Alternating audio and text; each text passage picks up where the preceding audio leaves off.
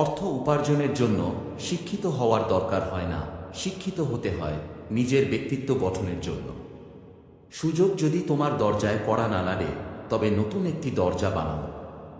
জানেন কি, কারো কাছ থেকে সাহায্য চাওয়ার মানে নিজের দুর্বলতা প্রকাশ করা নয়, বরং নিজের দুর্বলতা কাটিয়ে ওঠার জন্য নিজেকে তাগাদা দেয়া। সফল মানুষেরা কাজ করে যায়, তারা ভুল করে, ভুল শোধরায়, কিন্তু কখনো হাল ছাড়ে না। ওপরওয়ালা সবাইকে সব কিছু দেয় না, হয় কাউকে দিয়ে পরীক্ষায় ফেলেন, নয় কাউকে না দিয়ে ধৈর্যের পরীক্ষা নেন।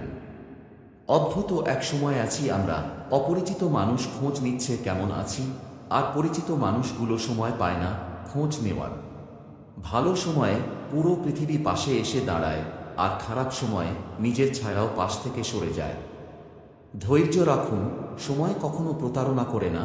স্রোতের বিপরীতে দাঁড়িয়ে থাকতে পারাটাই সবথেকে বড় চ্যালেঞ্জ। সবাই এটা পারে না। পারফেক্ট সময় আসবে এটা ভেবে বসে থেকো না। খারাপ সময়গুলোকে নিজে থেকে পারফেক্ট বানাও, তাহলে দেখবে জীবনে আর কোনো কষ্ট থাকবে না। মানুষ তো সবার ঘরে জন্মায়, কিন্তু মনুষ্যত্ব সবার ঘরে জন্মায় না। কাউকে ভুল বোঝার আগে তার পরিস্থিতি একবার ভেবে দেখার দরকার।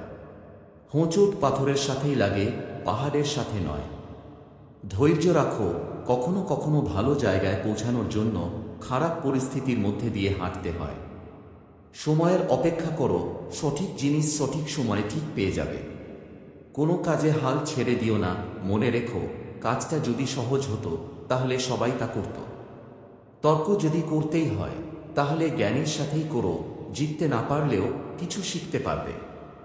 মূর্খের সাথে তর্ক করার অর্থই হল নিজেকে মূর্খ হিসেবে গড়ে তোলা। সম্পর্কে থাকলেও অনেকেই আপন হতে পারে না। কাউকে আপন করে নেওয়ার জন্য সুন্দর মানসিকতা ও সুন্দর মনের দরকার, সেটা সবার মধ্যে থাকে না। সবাইকে ধন্যবাদ জানিয়ে এখানেই শেষ করলাম। নমস্কার।